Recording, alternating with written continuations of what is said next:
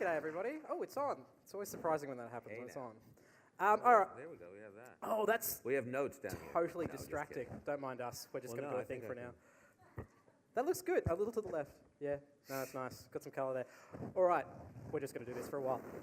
Okay, so you have what would be considered to be an absolute dream job for a lot of people, and you only realistically only started it fairly recently in kind of 1998 with Sons of Beverly Hills. What were you doing before you became a music supervisor, and how did that lead into you becoming a music supervisor? Hi, everybody. I was just, a big music fan, a music geek. I had an older brother. I grew up in the 60s. I had an older brother that turned me on to all this great music when I was a child. And I always just wanted to do whatever I can to get more records and more free tickets and shows. And So you're just doing this for the free shit, aren't you? Yes. Yeah, I mean, I was, always the kid who would listen to the radio at night under my pillow as everybody was going to sleep, and I could not pass a record store, without going in. And I mean, I used to, when I went to college in Boston, there was 2 record stores on my way to my classes, and I would literally stop into both of them every day just to kind of see what was new, check out the new posters, go through the bins and learn about old bands.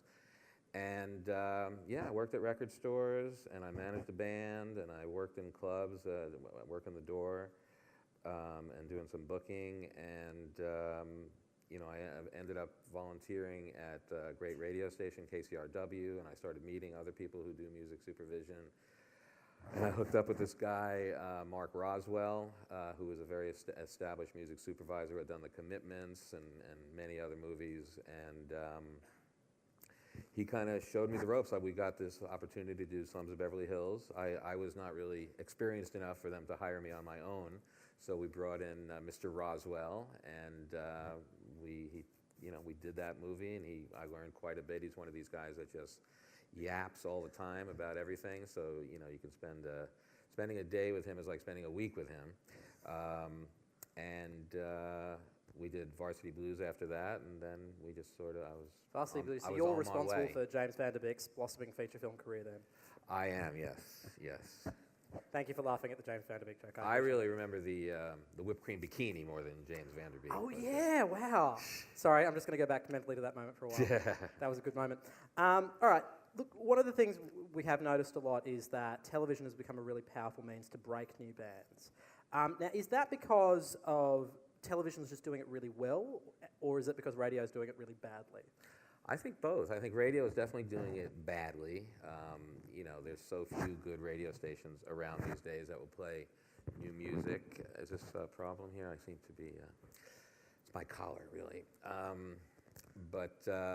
And there's it's kind of a golden age of TV, the last 10, 15 years, with shows on HBO, and all the, I think TV has just really grown quite a bit in the last few years, especially with those cable shows. And there's just more music being used in all the shows, and people can see a song in a show, and before the song's even done, they can find it on the internet and buy it before the song even ends on the show. So it's like so immediate. But yeah, I think there's a good crop of music supervisors who are anxious to bring cool new music into shows. And also with new music, I should just say it's kind of a practical thing as well. I mean, new up-and-coming music, indie music, is cheaper than getting the major label big artists. So there's that aspect as well. But I think for the most part, everybody just likes to find great new music to share. Just tell us a little bit about, I guess, the scene of music supervisors who you kind of work with. How many people are we talking about who deal on how many different shows in LA? Come again? Yeah, that didn't make sense either. Yeah, professional right here. How many different music supervisors are kind of operating in Hollywood? There's a lot, because there's all kinds of productions going on. There's, online productions. There's, indie films being made. I know a good, 30, 40 of them that, all kind of go after the same jobs. And we recently started a guild of music supervisors to kind of help with, health insurance and things like that. So, I think there's like 100 members in the guild right now, or close to it. So it is one of those things where, somebody gets fired or laid off from their label job and they say, oh, well, I'll just be a music supervisor. So it is very competitive out there. And again, a lot of my friends and I are all going after the same gigs, every, this time of year is like when they announce the new shows, everybody's scrambling to see what shows they might get. We just got a new show called Longmire, kind of a Western type show, a modern Western. But we also lost House this year. We just had the final episode of House, which is very sad on many levels. My paycheck for one. And House was a big network, Fox network show. Does that have an impact on the amount of money that you can spend on a show? You do a lot of shows on HBO and stations like that, but also, Fox. House was one of the big kind of tentpole shows on Fox. They had a decent budget. I mean, HBO, the budgets on True Blood and some of the HBO shows have been the best in my experience. But House had enough money to do one or two big songs per show. Okay.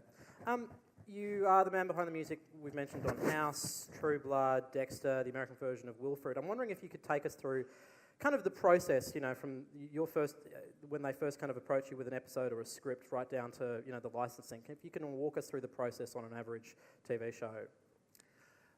Yeah, I'll use True Blood for an example. We're working on that right now. I get the script, kind of early on. Usually in the very beginning of the season, we get them very early on.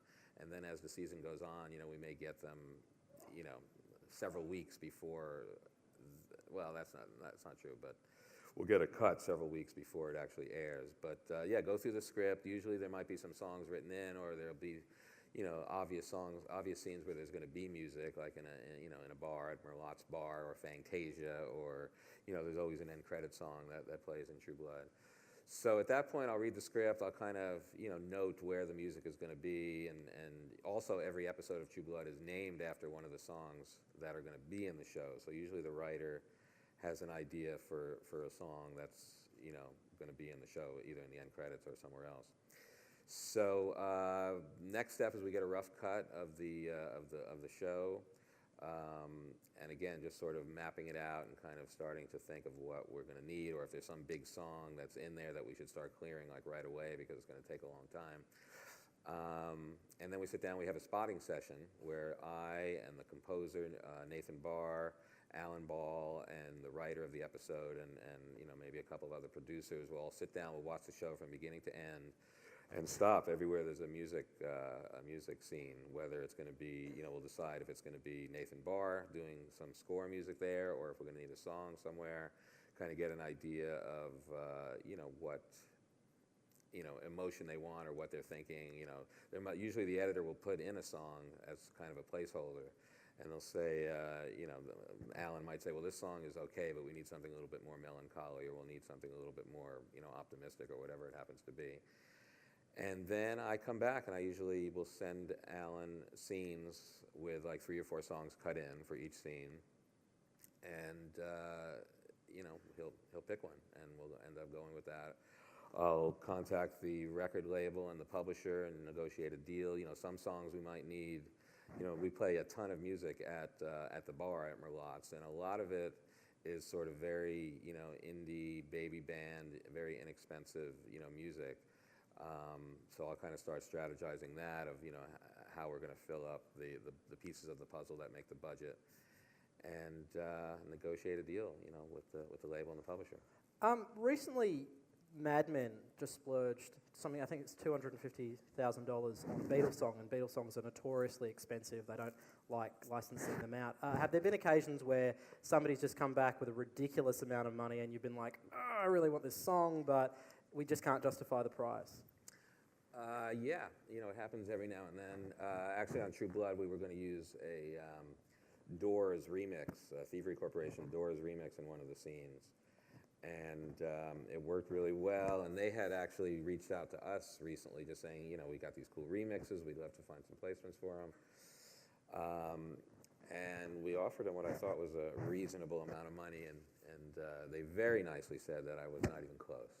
I think they had probably seen this Beatles show and read all the press, and now everybody's all the classic bands have gone up. But we may end up using Echo and the Bunnymen instead.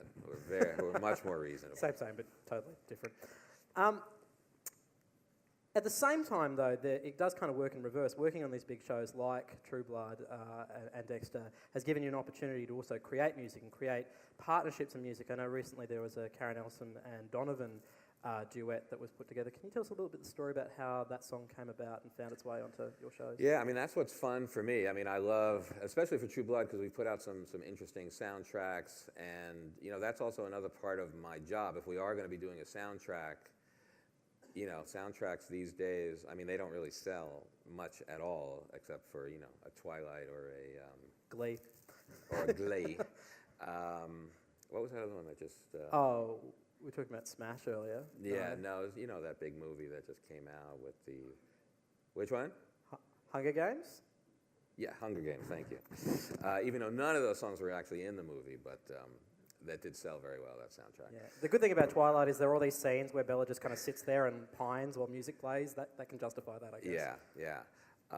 But so I'm also thinking about the soundtrack, which is kind of fun for me. It's you know, it should be, and it is sort of the secondary, you know, thought in my mind. First, I want to do what's right for the show, but I am also trying to have a good time and do something interesting with the soundtrack. So, yeah, we had, I mean, season 3 of True Blood was literally the season of the witch. It was like witches, you know. I mean, this season it's fairies. Last season it was witches and Wiccans. So, you know, my mind often works very literally, and I said, season of the witch. How about we use the song Season of the Witch? Genius! That's why they're paying the big bucks.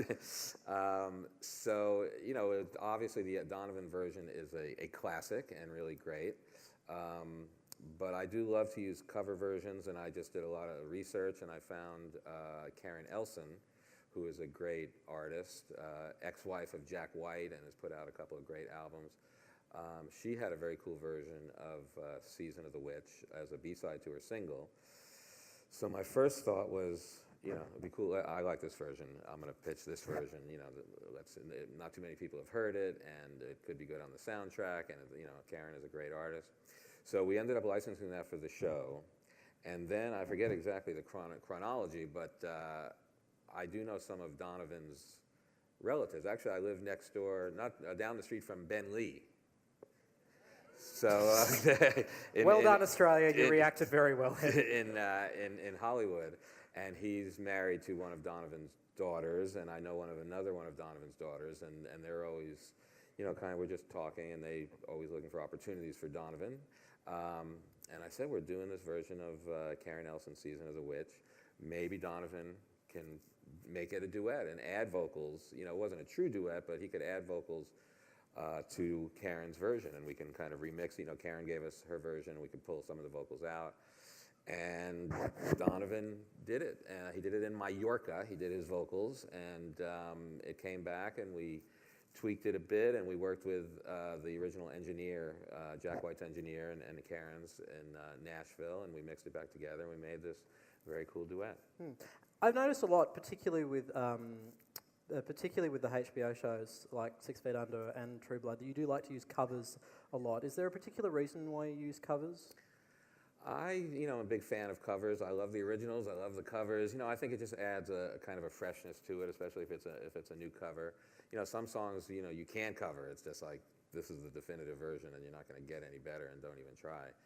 But most of the time, I think you can try. We actually have an episode of True Blood coming up, the first episode of the next season, where the writer had delivered the script. It was called Turn, Turn, Turn, and it ended with the Byrds version of Turn, Turn, Turn. And, you know, again, I'm just trying to do some interesting things, and I just said, well, look, we have some time. Maybe we can get somebody to cover Turn, Turn, Turn. And one thing led to another. We have My Morning Jacket covering Turn, Turn, Turn for the premiere episode of True Blood. Excellent. And, yeah, so those things. We have this guy, this great new artist, Bosco Del Rey, did a cover of the Authority song, the Johnny Cougar song, Johnny Cougar Mellencamp. And a few other things coming up as well. I can't give away all the secrets right now. Okay, but one thing you did mention before is that the new season of True Blood does feature a lot of fairies.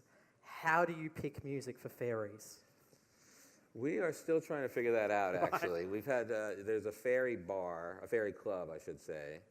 Very posh, very cool. Lots of fairies running around. But, regular humans as well. All the characters of Bon Temps. And we've actually kind of wavered a few times. We've had some, I don't even know if it's really a style of music, but steampunk kind of music. In one of the scenes, and we don't really have a definitive style yet for fairy music. They're very fickle, the fairies. So they listen to one kind of music one night, they listen to another kind of music another night. Well, one of the things that particularly I do like about True Blood is it has a sort of kind of musical ecosystem, and each of the different kind of races, I guess, have their own kind of musical sound. When you're collecting music, do you kind of have like little iTunes playlists or something where you go, that's going to work for the vampires? That's going to. How do you go about collating the music?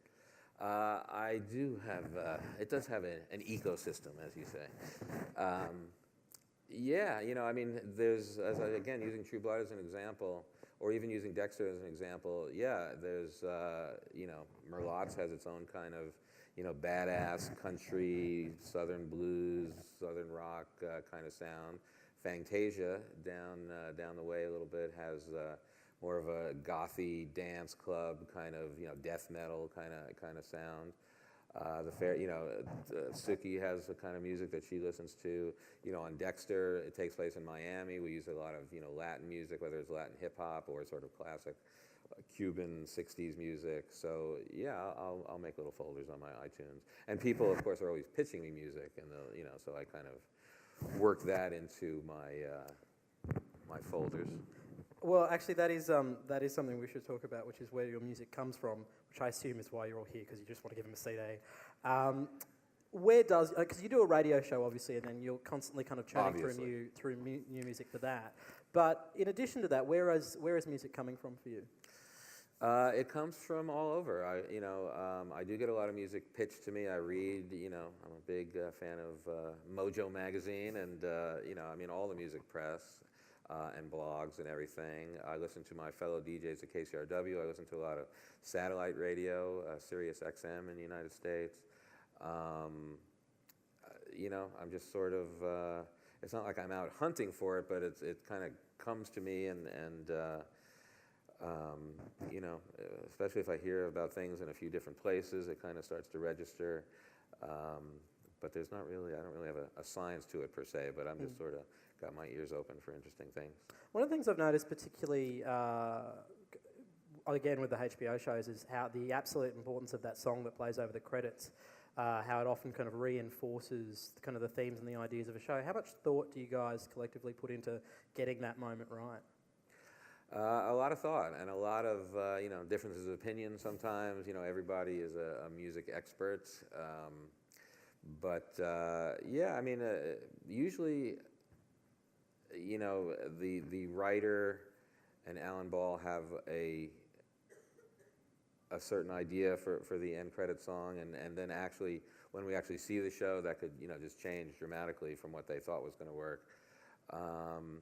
But yeah, I like to get some high-profile, cool song in there. Whether it's a cool new song or some classic old, R&B thing or Louisiana music, or whatever it happens to be. And sometimes it's punctuated with a joke. Sometimes it's punctuated with, something spooky. It just sort of depends. It can go a lot of different ways, those end credit songs. Yeah, and Alan Ball's quite a big music fan too. He must have lots of opinions. He's a big music fan, and he's very involved. It's like rare for a guy like Alan to be at like every music meeting, discussing what he wants and what he likes.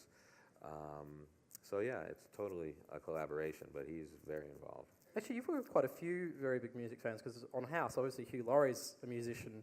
Was there ever a conversation about him putting his own music in House? We did have a conversation about that, just sort of a joking conversation, because, I'd been talking to him. I was at a little event when his album came out. He had done a show. And, we both just agreed it would be a little strange for a Hugh Laurie song to come Far on. too meta and weird. Yes. Had there been moments where you were so convinced at script stage that a song was going to work, and then you kind of get into post, you put it in there, and then there's this horrible moment of every interview just really wants to be in there, and it just doesn't work? Have there been moments like that? Usually if I'm feeling it you know, yeah. I mean, what happens more is that I will have a song in my head that I think is absolutely perfect. And, you know, I'll go into you know, after one of these spotting sessions and I'll play them the song and I'll just, you know that this is, you know, there's no better song than this. There's no way that this song is not going to work. Everyone is going to love it.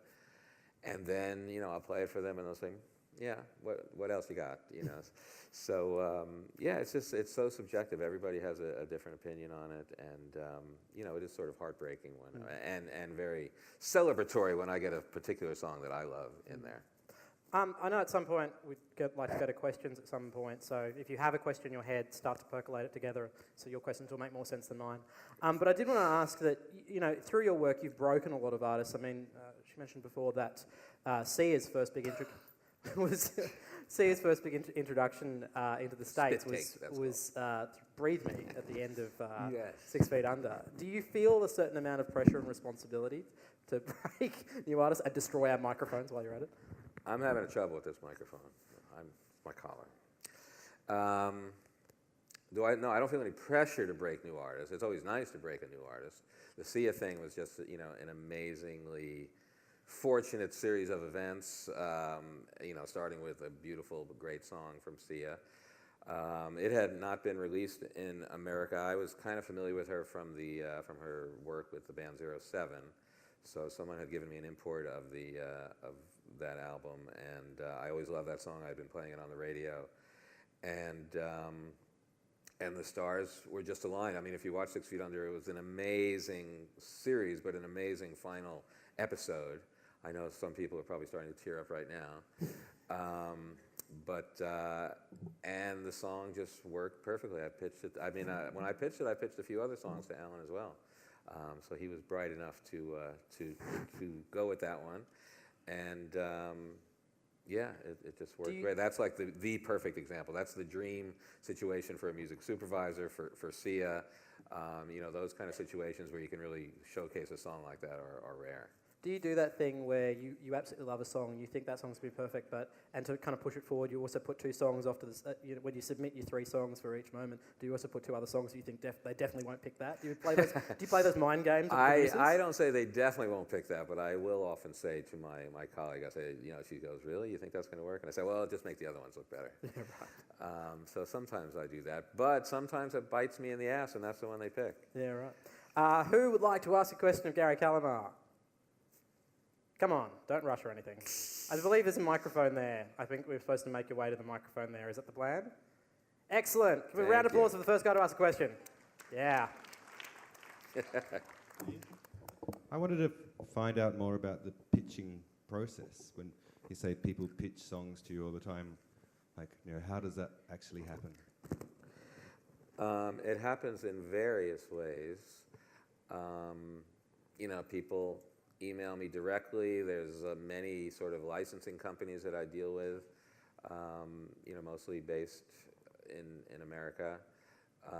So they kind of know what I'm working on. They have a good idea of what I might be looking for.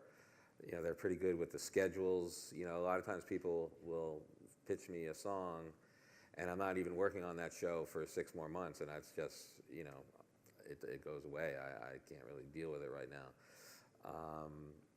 So various ways. I mean, I do feel for you all who are trying to pitch music, because it's very difficult. It's very difficult to get our attention, and again, it's not that we don't want to be more, you know, attentive to what you're sending and try and give you feedback and all that kind of stuff.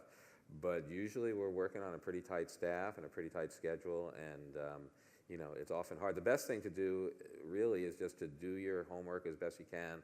You know, if I'm working on True Blood, you know, pitch me music that you know, watch the show and know what kind of music that we use, and, you know, pitch me music that's appropriate for the projects I'm working on. I mean, the other thing there is that the different kinds of music gets used quite differently in the shows. I know when you did music for Entourage and Weeds as well, the music kind of was treated a lot like punctuation. It was punctuation for a joke. How much consideration do the record labels put when they're pitching you, kind of selling you the idea of, you know, this would work well in a certain kind of scene? Do they kind of pitch hard in that sense, or they just kind of go, here's some music, listen to it? And they pitch hard. They say, you know, this will be. I mean, if I had a nickel for every time someone said I have the perfect song for True Blood, I would be doing pretty well. But yeah, they'll usually put together playlists of things that they think would be appropriate for True Blood. Or, you know, House used to, again, it's over now, but, you know, this sort of uplifting but melancholy kind of montage at the end of the show was pretty much a regular thing on that show. So people will pitch ideas for that, and, you know, some percentage of it will be right and some percentage of it will be wrong. But I do deal with many people that, you know, I sort of trust and know that they're sending me music that, you know, not going to be a waste of time. Are there shows that you really wish you'd been able to be the music supervisor on, that you see on television and go, that would have been fun? Sure. I mean, I love Mad Men. I would have been very happy to work on Mad Men. Yeah, I mean, I'd want to work on all of my favorite shows. There's a new show that sadly I tried to get but didn't, a new show from Aaron Sorkin that's going to be on HBO about the newsroom, it's called. They're kind of doing that in-house at HBO. But I was, you know, I anticipate that being a show that I wished I worked on. My favourite name in the entire world of music is the name of the guy that composed the music for The West Wing, which is W.G. Snuffy Walden. Snuffy Walden. Is that name real? Did he make it up? I worked with Snuffy on a couple of projects, and as far as I know, I didn't know. I just call him Snuffy. I didn't know about the W.J., but that's his name. I actually got a call from someone in his office called me the other day and says S. Walden. Maybe. So I can't really. Is Snuffy working on the newsroom? He's not phrases I didn't think I'd say out loud. Is Snuffy working on the newsroom? On the newsroom, but one of his editors, who he works with, music editors, and I are working on this show, Longmire. Longmire. What's bad music supervision? When you hear it, are there moments you just go, that does not work? How would you describe bad music supervision? I mean, bad music supervision would be, you know, not clearing a song in time for it being on the air, or, you know, negotiating a terrible deal, or that to me would be bad music supervision. Again, music is so subjective that what I think is a beautiful, moving scene, someone can sing like, that's crap, you know, that's so, you know, sentimental and corny, or whatever it happens to be. So, you know, I creatively, it's hard to say what's bad, but, you know, bad music supervision, I think, is just not doing your job and crossing your I's and, you know, dotting your T's or whatever it is. Which does happen, because I think How I Met Your Mother just got done for using it's a Canberra punk band that they used the music and it wasn't cleared, and now Fox has had to pay a whole bunch of cash to this ridiculous. Yeah, this Canberra band. You hear these stories every, you know, how could they have possibly put that on? And also all these, you know, people like these, you know, politicians that use songs that they're not licensed to use, and, you know, and they always, you know, all these sort of, in America, you know, right-wing Republicans always use like a Jackson Browne song that you know he's going to complain about. How often does it happen though? Like, because it's a thing that when you read the head, you're like, this is a multi-million-dollar corporation. How on earth did they fuck that up? Yeah. Like, does it happen that often? I don't think it happens that often. I mean, it might happen often with like indie movies and things like that, but yeah, I don't think it happens all that often. I mean, it probably does. Fortunately, I'm not aware of it happening that often. Please go to the microphones, ask questions. Otherwise, I'm just going to geek out with this guy for a while. Yes, young lady. Yeah, go on, shout. Yes.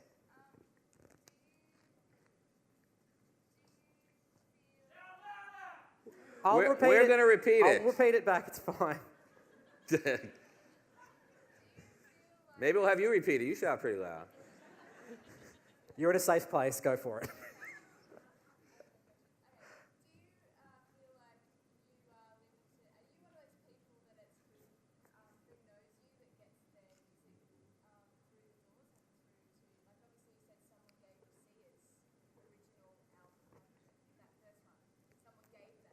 Well, I mean, I got it in the mail. I don't really know who actually slipped it to me, but I get I work as a radio DJ and I do this, so I get a lot of, you know, no, I don't think it was actually someone, you know, gave it to me like in a back alley. Just for everybody back there, the question was, how helpful is it to know him in order to get your music? It is. I mean, obviously, if I know somebody, it doesn't hurt.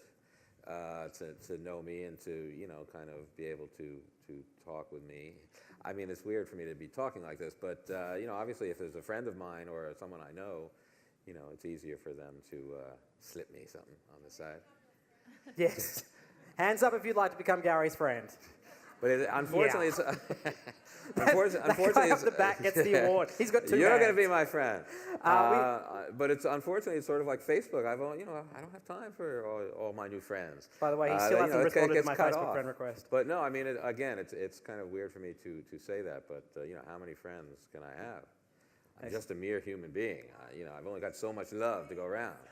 All right, we have a question down here at this microphone, and then we'll go to the dude up there first. So you'll go for it. Thank you. You sort of alluded to the fact that timing's really important about when you pitched a song. How can self-managed artists who don't have a plugger or a licensing agent working for them, how can they get hold of your production schedules, and when's the best time to, slip you a song? Yeah. By variety. For the production. What's that? By variety. Yeah, that's what I was going to say. There is, a film and issues of Variety and Hollywood Reporter that can give you a good idea. They also have a great, like film and TV music issue every year, or twice a year, I think, where they list, the music supervisors and all that kind of vital information. It's really tough. Again, it's if you're living in Australia, I don't really know of an easy way to get that information. It would be nice if you had a plugger or something like that, but to just sort of follow the Hollywood scene, watch Access Hollywood as much as you can. Okay. All right. We're going to go to the dude up the back first, and then the dude in the middle. See, now it's opening up. Yeah. You feel more comfortable. It's okay. You can ask some questions. Yeah, that's cool. I'm okay. No, I was just wondering if you might be able to give us your opinion on the relationship, the trending relationship between music supervision, the selection of certain songs, and that licensing aspect to it, and scoring, and how you think that might pan out in the next few years or seasons. Yeah, I mean, it seems somewhat clear, when we're working on a show, like what's going to be score. I'm not sure exactly what your question. Creatively, it's pretty easy to kind of figure out what's going to be, score music and what's going to be a song or a portion of a song. I think they're just going to continue to kind of work hand in hand. Do you think that they're going to continue to have a healthy relationship against the other, or do you think that in the future it's possible that the selection of certain songs might eventually overtake a large portion of the music per episode? I don't think so. I think it's going to continue to be a good relationship. Again, I mean, there might be some situations because of budget where the composer might, knock off a couple of, rock songs or a song that's going to play in the background of a bar, where maybe they wouldn't, be able to bring on a supervisor, and maybe the composer might sort of do double duty. But in general, as far as I can see, some shows are score heavy, some shows are song heavy. Entourage didn't even have a composer. Entourage was all songs. Yeah, that's kind of what I mean. Yeah, yeah. Do you have but I think that's rare. I think that's not the norm. A show like Entourage, I think they're going to coexist for a while. How much interaction do you have with the composer on the shows where there's obviously a mixture of music supervision and composer? Do you have a say over what they do, or is it? Not really. Usually, early on, I will kind of have a say or bring in some composer ideas of who would be the composer, and kind of try and find some candidates for that. But usually we're kind of working our own road. Again, we're at these spotting sessions together, and I know what he has to do, he knows what I have to do. Occasionally there might be a song that will blend into score, and we need to sort of collaborate so he knows what key it's going to be in and things like that. But generally we're both sort of working independently of each other. Fair enough. Gentleman in the black t-shirt. Hi, Gary. I'm John. I'd like to think of us as friends now. Yes. Good. Just my question is about there's various kind of US-based licensing agents. One I can think of is called Taxi. There's probably lots of others. Do they have access to you and other music supervisors, or like if you non-exclusively license if I license my songs with them, are they going to get to you, or how effective is that? I have to say I haven't really done any work with Taxi. I'm familiar with them. I don't really hear from them on a regular basis. They're not really pitching me. I don't know exactly why. When I'm recommending pluggers, Taxi is usually not one of the ones that I recommend. Who do you recommend? I mean, there's a lot of them. There's a company called Zinc. There's a company called Sugaroo. There's a Natural Energy Lab. But they're also very, picky about what they're going to bring on. And, maybe they have, 2 or 3 female singer-songwriters. They don't necessarily need to bring on another one or want to bring on another one because, it's just they have that covered, they think. But I love how everybody picked up their notepads the moment you said those company names. Yeah, Zinc, Sugaroo, Natural Energy Lab. Those are 3 that come to mind, and they're all great. And I'm just not that familiar with Taxi. I don't want to see it in the press. Calamar pans Taxi, but I have not had too much experience with them. The lady down at the front microphone.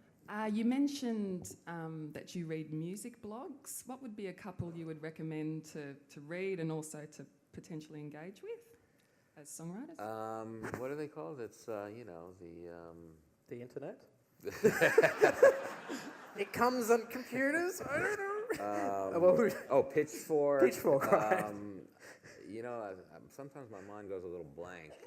There's Hype Machine as well. Which one? Hype Machine. I So don't don't go to know. Hype Machine. That one doesn't that register. one. There's a Gorilla versus Bear is kind of an interesting one. There's Hipster Runoff. That one's kind of a mean one. They're always saying terrible things about Zooey Deschanel, but She's just so adorable. How can anyone hate her? I know. understand She's it. adorkable. That's what they... Let's never use the word adorable again. That's the billboards in Los Angeles. Oh, they've exported that word too. Yeah, Don't worry, so- that's fine. The gentleman up the back. Yeah, hello. My name's Stephen, and speaking of pitching, do you mind if I drop this CD down to you? Actually, on Oh that, yeah, we have something. for people that do want to give Gary your CD, you can come down here, whack it in this box here. We have the entry charge. Yes, of course. And sexual favours would also be appreciated. No, if you whack it down there, Sound Summit are going to send Gary packing away with your CD. So if you did bring one, you're clever. If you didn't, We've put together you're these fucked. boxes because Thank know, you. all right. But can we save the CD giving until we're done with the questioning? We've got... And then they're going to ship them home to me. I can't carry them all home. Yeah. But again, I'm just one normal mortal person. And I hope to be able to listen. I mean, I'm going to try my best, but you can imagine how many CDs I might get. And the first one gets special attention, though. But we do our best. Excellent. Now, Again, if you have music that's appropriate for True Blood or Dexter, that would be something that would rise to the top of the pile. all right, we have the dude up in the microphone back there. I see you've got your hand up. If you can make your way to the microphone, that would be the best case for you. Gentleman at the back. Considering how much of a boon of marketing and promotion it would be for a young band to be featured on any of these songs, have you ever had times where people have offered to pay to put their songs on? In terms of a young band... Step down. Step down. I think what he's really asking is how much. No, nobody has offered to pay, per se. But I'm sure if I open that door a little bit, people would offer to pay. I mean, it wouldn't be a bad deal because you get back end through the publishing. So yeah, we can have a discussion about that. Gary, just before we go to the next question, I do want to ask you, the relationship between music and television is very deep at the moment, but particularly when you start looking at things like Glee and Smash, it's also become a massive, massive, massive money spinner. How do you feel about shows like Glee and Smash kind of becoming cover factories in a sense? Particularly Glee. Smash I kind of like. Yes, Smash writes their own original great music. I don't work on Smash, but my daughter, if I may put in a plug, is a 10-year-old musical theater fanatic, and we watch Smash every week. But and, Glee certainly has become like a cover factory, though. Yes, it is what it is. Is this being recorded? I don't work on Glee. I have a good friend that does, and I guess there's a place for everything. Glee is obviously very popular, and I do have a strong affection for the real deal. If you're going to cover, Shake, Rattle, and Roll, I'd rather Big Joe Turner sing it. Fair enough. And a particularly strange version of Gautier's, somebody that I used to know. Lady in the hat. Hi. Do you have I imagine that you get thousands of, songs and people pitching to you. Do you have a team of assistants that work with you that help, sift through the music? And secondly, in your role, is it more to do with the negotiating skills that's really important, as well as being creative in the song selection? What do you see as the percentage of that in your role? I don't have a team, a staff that really goes through the music. I mean, I have one full-time person who co-supervises some projects with me, Miss Allison Vidoli, who's great. And then I have a few interns that come in, 1 or 2 days a week. And as I said, you might envision that I have like a team of people listening and taking notes and, planning on getting back to you and critiquing. And unfortunately, that's not the reality of it. We do listen as we can, and we listen to, again, I'm always hunting hard for music for the radio show, so that's kind of one of my driving forces when I'm listening to new music. Would you like a team? Because I think there's some people that might want to volunteer. I would like a team. A team of young Australian girls. I kid. Calamar. Man, the headlines coming out of this are going to be so great for you. But also, as far as the creative and the negotiations is definitely a big part of it. And it's really, I'm kind of in a good position because when I'm negotiating for like True Blood or something like that, everybody wants to be on the show. Only I really know what my budget is, what I can afford and what I can't afford. So it's kind of fun that way to, be dealing with, big sums of money that, I don't really own. But musical playground. But I would say, I don't know what the percentage is. I guess it's sort of 60, 75, 25 maybe, 75 creative. Or not, I don't really know.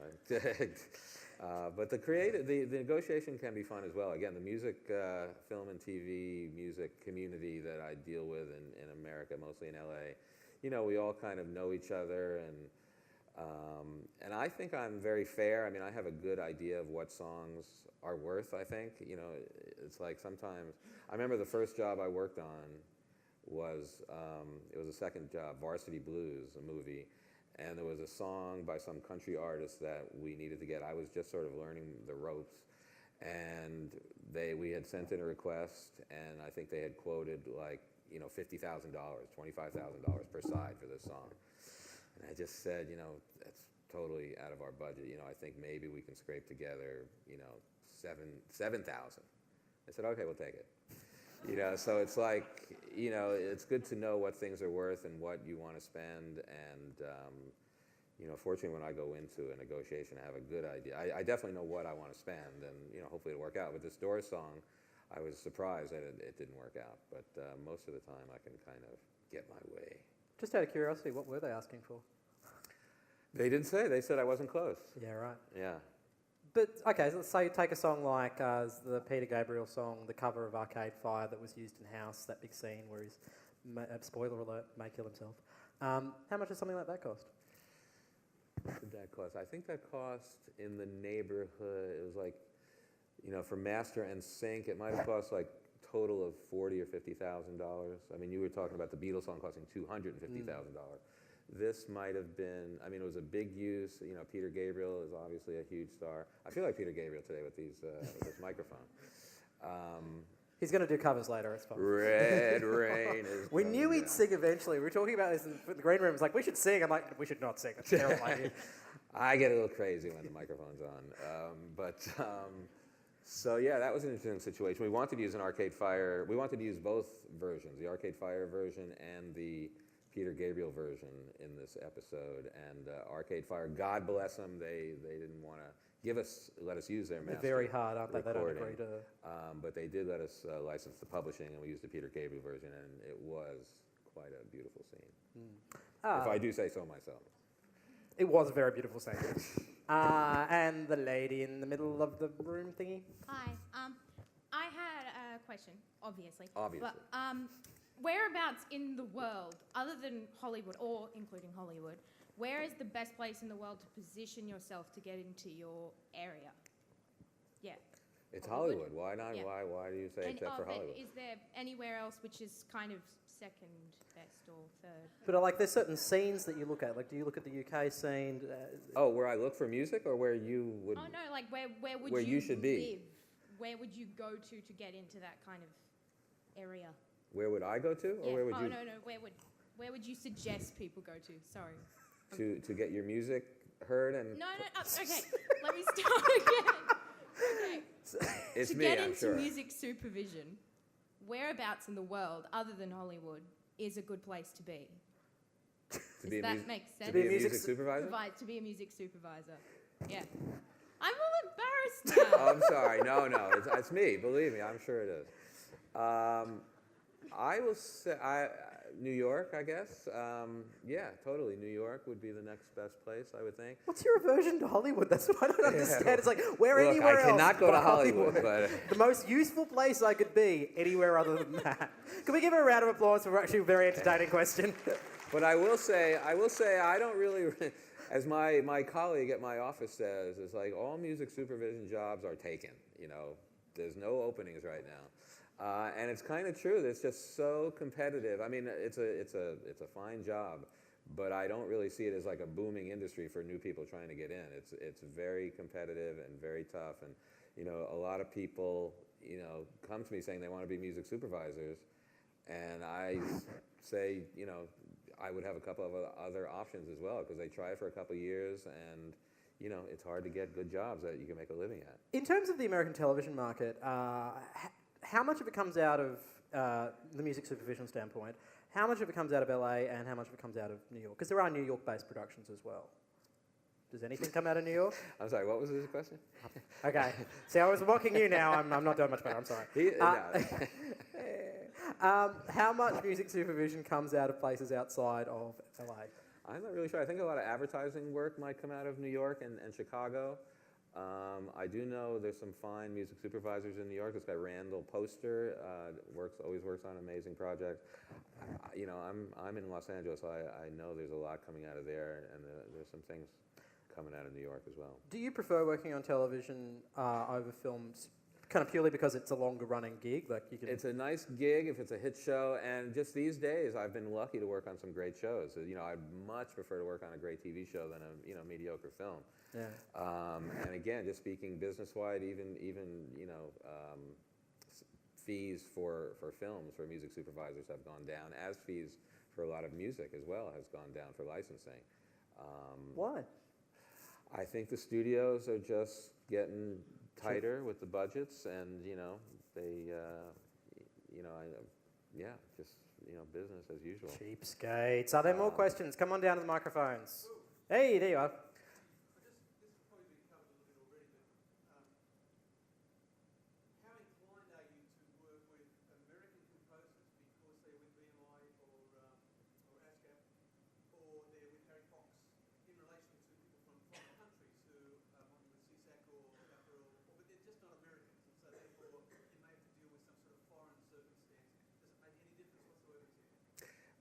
The fact that they don't live where where the business is taking place, where the meetings are and where production is, that would be a big factor. You know, it's like it'd be hard for us to hire a composer in Australia for a movie we're making in LA, unless you're planning on taking a vacation to LA for a while. But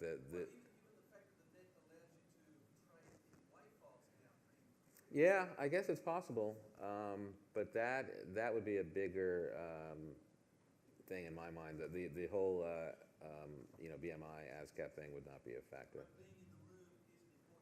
Yes. Yeah. It's also about field of vision, who you know. I mean, you were saying before that it was no problem getting Donovan to record in Mallorca because obviously you knew who Donovan was and you knew how to get in contact with them as well, I would have imagined. Yep, 2 cents from me. Really useful, hey? Exactly, well said, Marc. Are there other questions to stop me from offering my own useless opinion? Come on, more. Come on, there's only a few minutes left. Hey, dude with hoodie. You know that guy? No, I'm just making him feel welcome. It's my thing. No, I got a friend who's a very big music supervisor at Warner Brothers Pictures, basically oversees all their stuff on a global basis. But he actually once told me, because I was kept pitching him an artist that he said he liked, but he was always Me? No, not you, but I'm going to just refer to, is it similar with you, that he was saying he's got a $2 million budget to work on a film, not all the films, but he said if he was, he's not going to risk it on a new, unestablished artist or composer. He's going to go with someone he's worked with before who's already proven. Is it the same from your perspective? I mean, it's always good to have a little bit of a track record and a reel. I mean, I'm working on a small movie now called Coffee Town, very low budget, very independent, and we're going to be going with a composer that doesn't really have a track record outside of being interesting singer-songwriters and have done some interesting instrumental things. But there's various people that are going to make that decision. I mean, usually the director or producer is going to have a lot of say in that. If they have a feeling about someone who may not have a track record, I think they would have a shot at it. But yeah, I mean, certainly a good resume kind of helps your pitch. Question down there. Project.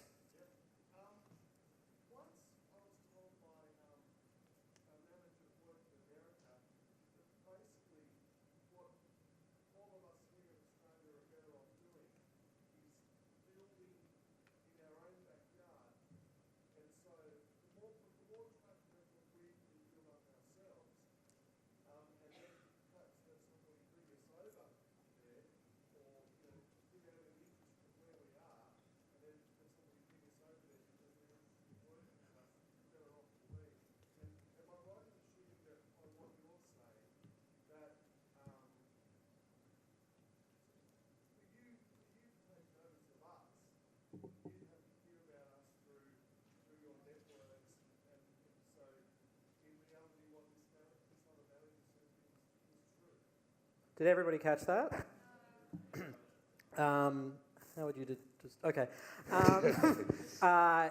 Basically, what the gentleman was told by a friend who was a manager, yes, is that the best thing we can do in Australia as musicians is build in your own backyard, build a following, and then have somebody kind of pull you from Australia to...